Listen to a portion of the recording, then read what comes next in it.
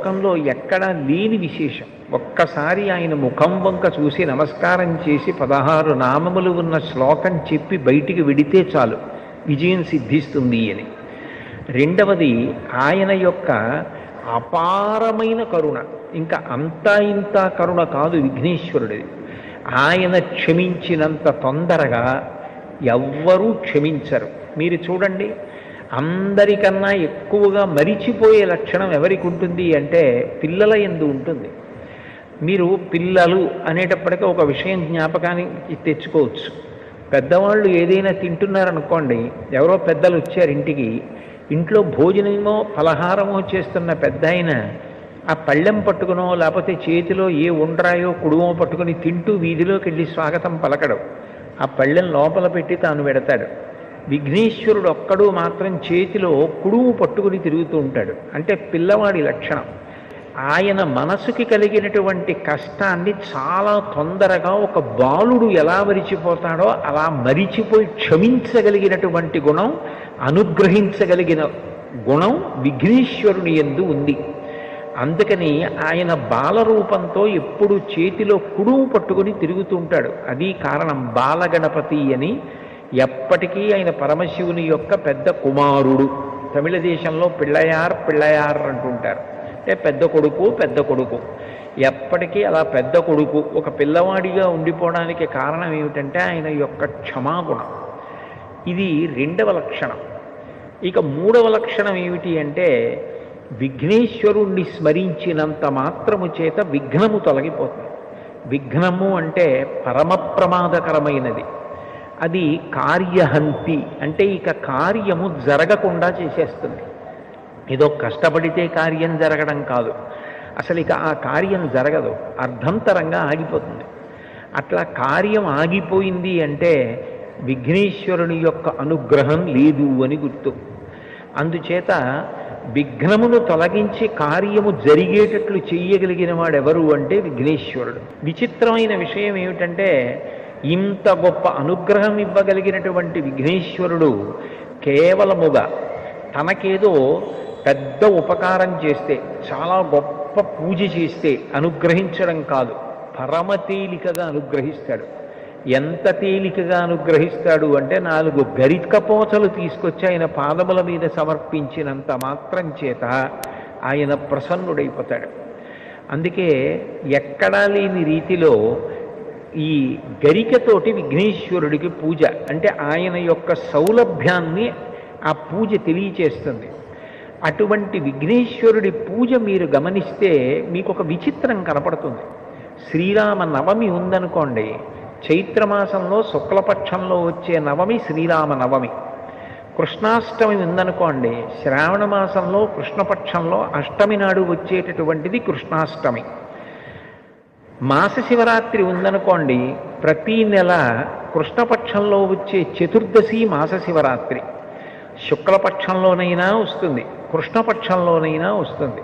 పౌర్ణమి అమ్మవారికి అత్యంత పూజకి యోగ్యమైనటువంటి తిథి, అది నెలలో ఒక్కమారు వస్తుంది.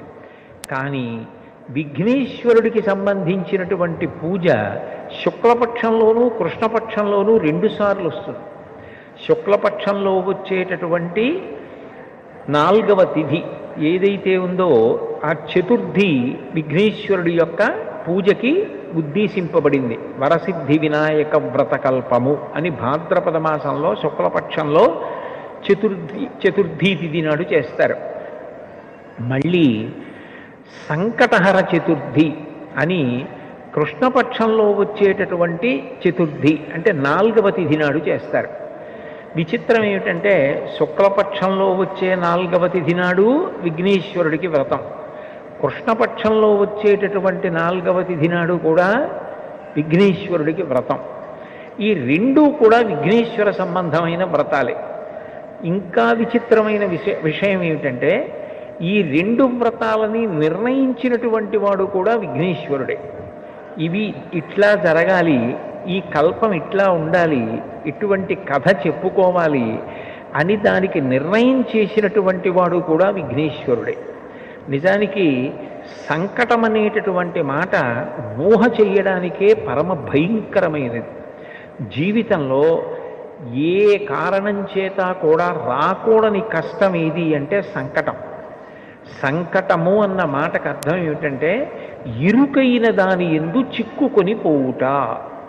మీకు బాగా అర్థమయ్యేటట్టు చెప్పాలి అంటే, ఎవరో ఒక వ్యక్తి నడుస్తుండగా ఆయన నడుస్తున్న చోట ఉన్నటువంటి రాయి అపభ్రంశమై ఆయన పడిపోయాడు. ఆ పడిపోయినప్పుడు ఏమైపోయింది అంటే, రెండు పెద్ద పెద్ద బండరాళ్ల మధ్యలోకి దిగిపోయాడు. ఇప్పుడు ఆయన బండరాళ్ళు తొలగించలేడు, ఆయన పైకి రాలేడు.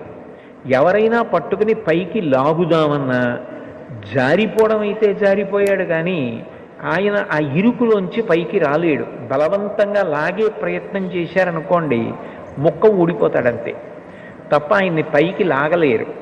ఇప్పుడు ఆయన రెండు బండరాళ్ల మధ్యలో ఇరుక్కుపోయి పైకి రాలేక ఆ ఇరుకులో ఉండిపోతే ఆయన ఎంత భయాన్ని పొందేస్తాడో.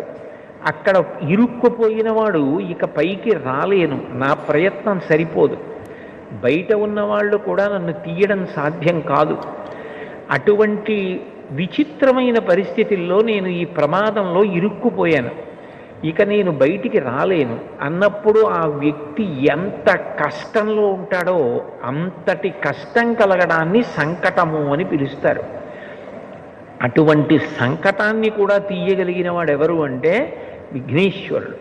మీరు అందుకే కొంచెం జాగ్రత్తగా పరిశీలిస్తే కాలంలో భాద్రపద మాసంలో వస్తుంది విఘ్నేశ్వరుని యొక్క ఈ చతుర్థి. కారణం ఏమిటంటే, మీరు చూడండి, శ్రావణ మాసం వర్షాలు నభోమాసం అంటారు.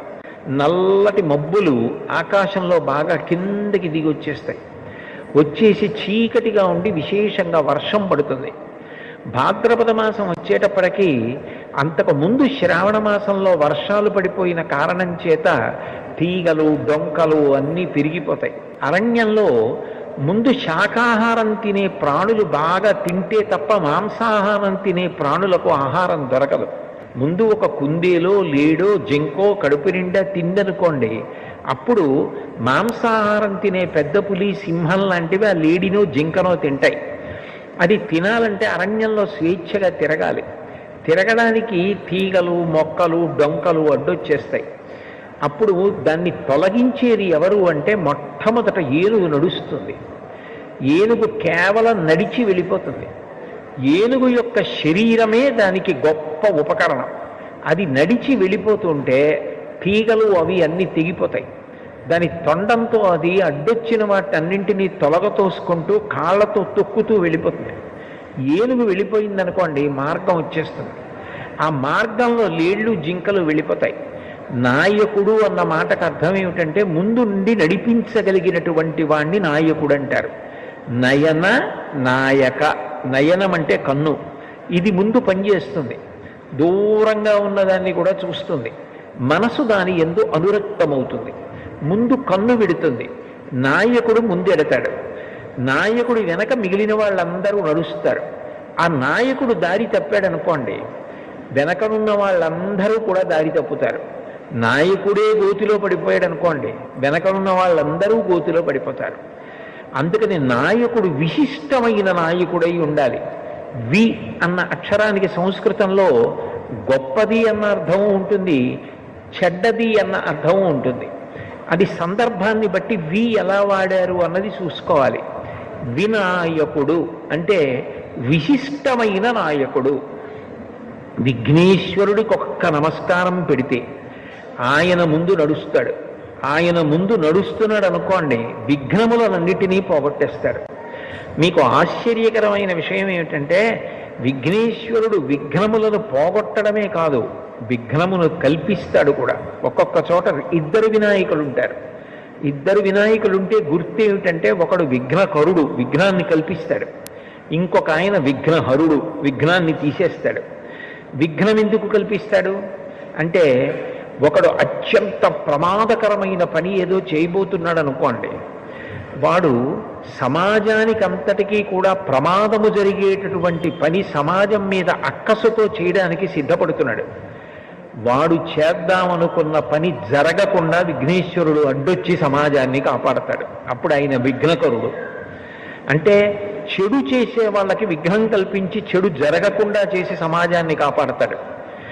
మంచి చేసే వాళ్ళకి విఘ్నం అడ్డు రాకుండా చూసి విఘ్నాన్ని తొలగించి కాపాడతాడు. అందుకని విఘ్న కరుడు విఘ్న హరుడు అని ఇద్దరు వినాయకులు ఒకే దేవాలయంలో కనపడితే అది గుర్తు. అటువంటి విఘ్నేశ్వరుడు సంకటహర వినాయకుడు. అంటే ఆయన సంకటంలో పడిపోయి జీవితంలో ఇక పైకి రాలేకపోయినటువంటి అత్యంత ఇరుకైన ప్రదేశంలో చిక్కుకుపోయిన వాణ్ణి కూడా, అంత కష్టంలో పడిపోయిన వాణ్ణి కూడా పైకెత్తుతాడు. నిజంగా చెప్పాలి అంటే జీవితంలో సంకటహర చతుర్థి అనేటటువంటిది చేసుకుని తీరాలి. సంకటహర చతుర్థి వ్రతం ఒక్కసారైనా చెయ్యాలి. నేనైతే ఏం చెప్తానంటే వ్యక్తిగతంగా సాధ్యమైనంత వరకు సంకటహర చతుర్థి వ్రతాన్ని ప్రతివారు సంవత్సరంలో ఒకసారైనా చేసుకోవడం అలవాటు చేసుకోవాలి. నేను ఎందుకు ఈ మాట అంటున్నానంటే వేదవ్యాసుడు దేవీ భాగవతం చేస్తూ ఒక మాట అంటాడు, కాలో హి బలవాన్ కర్త సతతం సుఖదుఃఖయోహో నరాణం పరతంత్రాణం పుణ్య పాపానుయోగతః. భగవంతుడు మనకొక సుఖాన్ని ఇస్తే మన పుణ్యాన్ని అడ్డుపెట్టిస్తాడు, మనకి దుఃఖాన్ని ఇస్తే మనం చేసిన పాపాన్ని అడ్డుపెట్టిస్తాడు. నేను చేసిన పుణ్యమేదో నాకేం తెలుసు, నేను చేసిన పాపమేదో నాకేం తెలుసు, అనుభవంలోకి వచ్చేశాక తెలుస్తుంది. అది అనుభవంలోకి వచ్చేసి సంకటం ఏర్పడిపోయిన తరువాత పరుగులు తీసే కన్నా అటువంటి సంకట స్థితి రాకుండా ముందే సంకటహర చతుర్థి వ్రతాన్ని చేసుకున్నారనుకోండి, శాస్త్రం మీద నమ్మకం ఉండడమే శ్రద్ధ అని పిలువబడుతుంది. దాని వలన వచ్చే ఇబ్బంది ఏముంది? పెద్దలు చెప్పారు, శాస్త్రాలు చెప్పాయి, పురాణాలు చెప్పాయి, ఆ సంకటహర చతుర్థి వ్రతం చేసుకుంటున్నాం. ఈ సంకటహర చతుర్థి వ్రతం అనేటటువంటిది పరమ ప్రఖ్యాతి వహించింది. మనకి సంకటం కలగకుండా ఉండడం కోసం తాను సంకటమునందు కృష్ణ పరమాత్మ ఇరుక్కుని చతుర్థి వ్రతాన్ని చేసి ఆ వ్రతం చేసిన కారణం చేత సంకటం నుంచి ఎలా పైకి రావచ్చో లోకానికి నిరూపించాడు. విశేషం ఏమిటంటే ఇందులో మేనమామ మేనల్లుడి యొక్క పాత్ర గొప్పది. మేనమామ కృష్ణ పరమాత్మ, ఎందుకనంటే పార్వతీదేవి యొక్క సోదరుడు కదూ నారాయణ నారాయణి. నారాయణుని చెల్లెలు నారాయణి పార్వతీదేవి, పార్వతీదేవి పెద్ద కుమారుడు విఘ్నేశ్వరుడు. కాబట్టి మేనమామ ఎవరు? నారాయణ కృష్ణ పరమాత్మ. పరిపూర్ణావతారం. పరిపూర్ణావతారం అంటే అన్ని అవతారముల తేజస్సు ఆయనలోకి వెళ్ళిపోతుంది. అంతటి పరిపూర్ణావతారమైన కృష్ణావతారం సంకట స్థితిలో పడినటువంటి స్థితి నుండి బయటికొచ్చినటువంటి విధానమేదో అదే సంకటహర చతుర్థి. అయితే విశేషం ఏమిటంటే సంకటహర చతుర్థి కానీ, శుక్లపక్షంలో భాద్రపద మాసం వరసిద్ధి వినాయక వ్రతం కానీ విఘ్నేశ్వరుడే ప్రవేశపెట్టి ఉండడం. నిజానికి పరాశర మహర్షి కృతమైనటువంటి విష్ణు పురాణంలో ఉన్న ఒక శ్లోకాన్ని చదువుకున్నా చాలు అని విఘ్నేశ్వరుడు ఆనతి ఇచ్చాడు. కారణం ఏమిటంటే నిజానికి శమంతకోపాఖ్యానం అనేటటువంటి కథ జ్ఞాపకం పెట్టుకోవడం చాలా చాలా కష్టమైనటువంటి కథ. అది మీరు ఒకసారి విన్నారనుకోండి, మీకు బాగా జ్ఞాపకం ఉండిపోయిందనుకోండి, చాలా సంతోషకరమైన విషయం. కానీ అంత తేలికగా జ్ఞాపకం ఉండిపోవడం సాధ్యం కాదు. కొంచెం మలుపులు అట్లా తిరిగిపోతుంది. అందుకని విఘ్నేశ్వరుడు ఎంత దయామయుడంటే మీరు ఈ కథంతా యథాతథంగా చెప్పుకోలేకపోతే ఒక్క శ్లోకాన్ని చదవండి చాలు, మీరు శమంతకోపాఖ్యానం చెప్పుకున్నట్లుగా నేను అనుగ్రహిస్తాను అన్నాడు.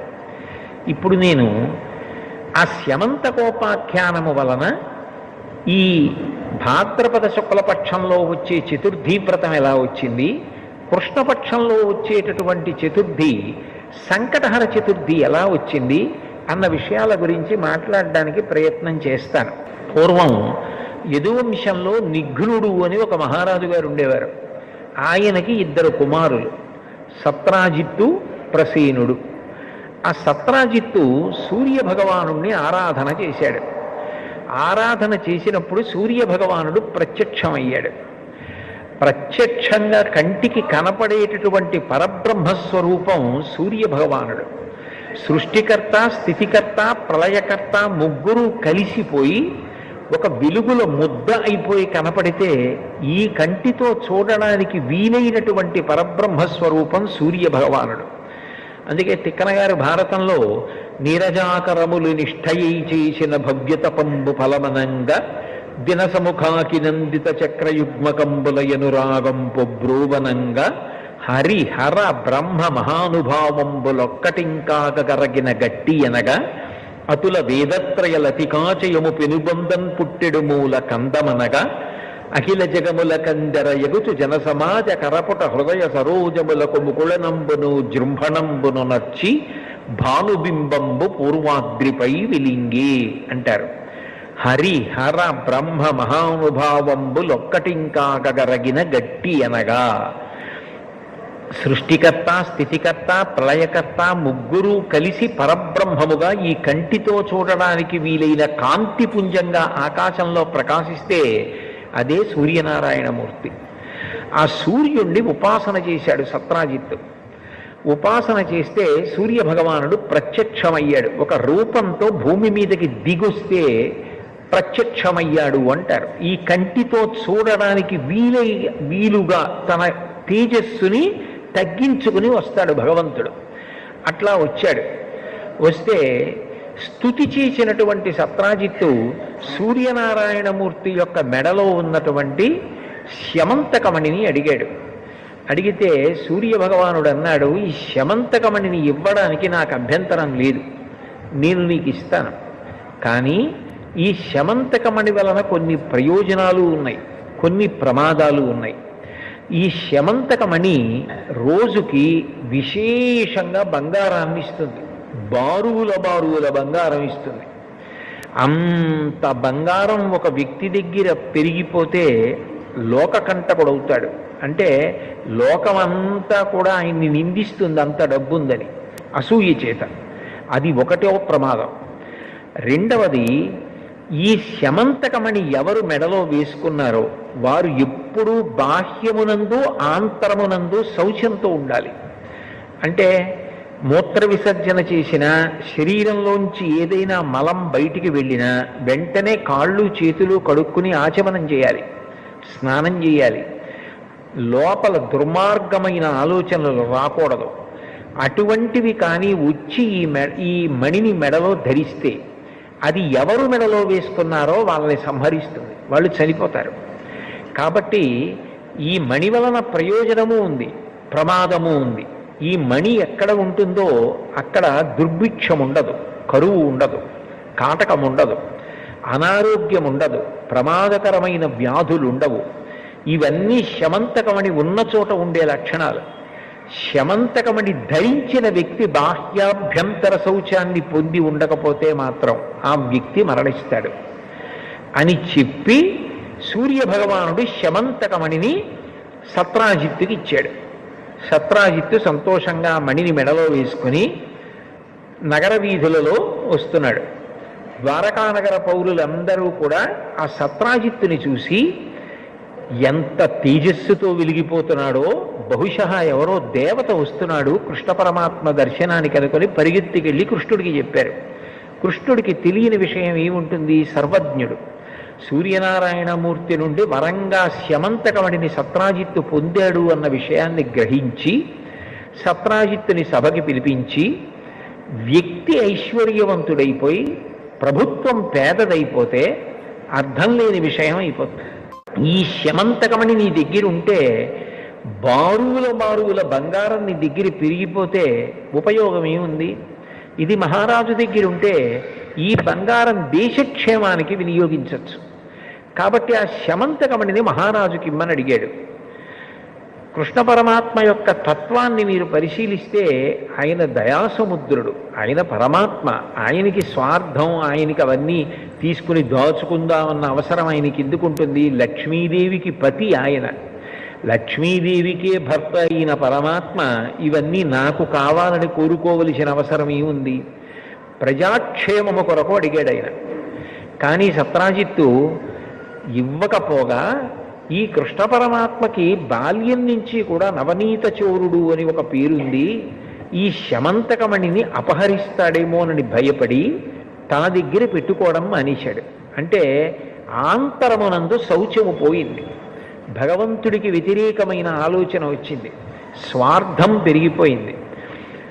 ప్రభువు దగ్గర ఉండవలసినది తన దగ్గరే ఉండాలని కోరిక పెరిగింది. ఇదంతా కూడా ఆంతర శౌచం పోవడానికి కారణమైంది.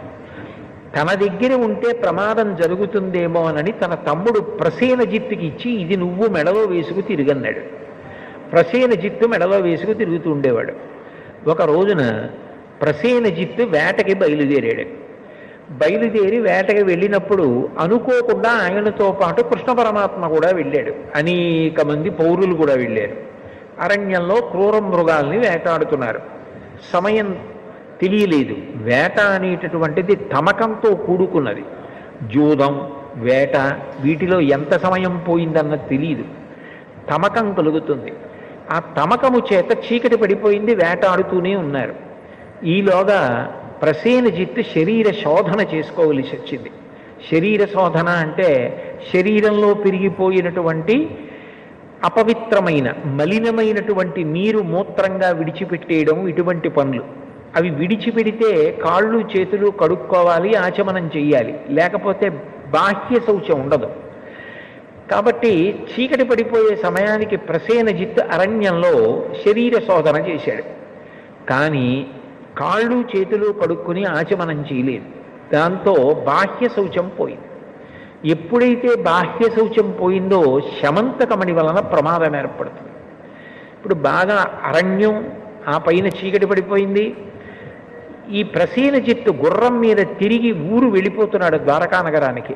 అకస్మాత్తుగా ఎక్కడి నుంచో ఒక సింహం వచ్చి ప్రసేనజిత్తు మీద పడి ఒక్క ఊదుటలోనే ఆ ప్రసేనజిత్తుని చంపేసింది.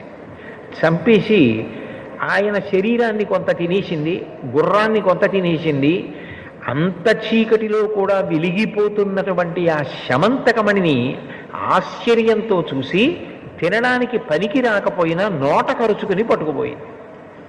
దానికి ఎందుకో పనికిరాదు, కానీ అంత ఆకర్షణీయంగా ఉంది ఆ శమంతకమణి. అంత చీకట్లో కూడా వెలిగిపోతోంది, దేవుటో అని నోట కరుచుకుని పోయింది. చీకటి పడిపోయింది, ప్రసేనజిత్తు కనపడలేదు, అందరూ ఇంటికి వెళ్ళిపోయారు. వెంటనే సత్రాజిత్ అన్నాడు, ఈ శమంతకమణిని కృష్ణ పరమాత్మ అడిగాడు, నేను ఇవ్వనన్నాను. ఈయనకి బాల్యం నుంచి నవనీత చౌర్యం అవి అలవాటున్నాయి, నేను ఇవ్వలేదని చీకటి పడిన తరువాత బహుశः ఈయనే నా తమ్ముడి దగ్గర శమంతకమణిని అపహరించి ఉంటాడు అన్నాడు. అనేటప్పటికి అపవాదం వచ్చింది కృష్ణ పరమాత్మకి. లోకం ఎలా ఉంటుందంటే ఇవాళ పొగిడితే అందరూ పొగుడుతారు. ఎవడో ఏదో ఆధారం లేకుండా ఓ మాట అన్నాడు అనుకోండి, పూర్వాపరాలు విచారించకుండా అందరూ రాళ్ళు విసురుతారు. అది లోకానికి ఉండేటటువంటి లక్షణం. అందరూ కృష్ణ పరమాత్మ దొంగ దొంగ ప్రసేనజిత్తు దగ్గర శమంతకమణిని అపహరించాడన్నారు. ఆయన వచ్చిన అపనింద పోగొట్టుకోవడానికి మరునాడు అరణ్యంలోకి వెళ్ళాడు. వెళ్ళి వెతికితే ఒక చోట ప్రసేనజిత్తు యొక్క కళేబరం శవం కనపడింది. అప్పటికే దాన్ని కొంత భాగం సింహం తినేసింది, గుర్రాన్ని తినేసింది. శమంతకమణి కనపడలేదు. ఆయన అన్నాడు, నాకే పాపం తెలీదు, మీరు చూశారు కదా, నేను చంపితే శమంతకమణి కోసం సగం తినేసి ఉండవు కదా ఈ శరీరాలు, సగం తినేసి ఉన్నాయంటే ఇతన్ని క్రూర మృగం చంపింది అన్నాడు. అంటే అక్కడున్న ప్రజలు అన్నారు, నిజమే, ఈయన్ని ఏదో క్రూర మృగం తింది, గుర్రాన్ని క్రూర మృగం తింది. మరి నిజంగా క్రూర మృగమే తింటే శమంతకమణిని తిందగా, అది ఉండాలిగా. అది లేదంటే దాని అర్థం కృష్ణుడు రాత్రి ప్రసేనజిత్తుని చంపేసి శమంతకమణిని పట్టుకుపోయాడు. ఆ చనిపోయిన ప్రసేనజిత్తు కింద పడిపోయాడు, ఆ గుర్రం పడిపోయింది. వాటిని క్రూర మృగాలు తిన్నాయి, మణిని మాత్రం కృష్ణుడే అపహరించాడన్నారు. తనేదో వచ్చిన అపనింద పోగొట్టుకోవడానికి ప్రయత్నం చేస్తే అపనింద మరీ పెరిగిపోయింది. నేను మొట్టమొదటే మీకు ఉపమానంలో చెప్పానే, రాళ్ల మధ్యలో ఇరుక్కుపోయిన వ్యక్తి బయటికి రావడానికి ప్రయత్నం చేస్తే ఇంకా ఇంకా దిగబడిపోయినట్టుగా, ఊబిలో దిగబడిపోతున్న వ్యక్తిలా ఇంకా దిగబడిపోయాడు. కాదు, నా మీద వచ్చిన అపవాదు పోగొట్టుకోవాలని ఆయన మరింత ప్రయత్నం చేద్దామని అక్కడ ఏ అడుగుజాడలు ఉన్నాయి చూశాడు. సింహం యొక్క అడుగుజాడలు కనపడ్డాయి. కాబట్టి సింహం చంపింది ప్రసేనజిత్తుని. మరి శమంతకమణిని కూడా సింహమే తీసుకుని పోయి ఉంటుందని అడుగుజాడలు బట్టి సింహం ఎటిళ్ళిందో అటు వెళ్ళాడు. కొంతసేపు అయిన తర్వాత ఒక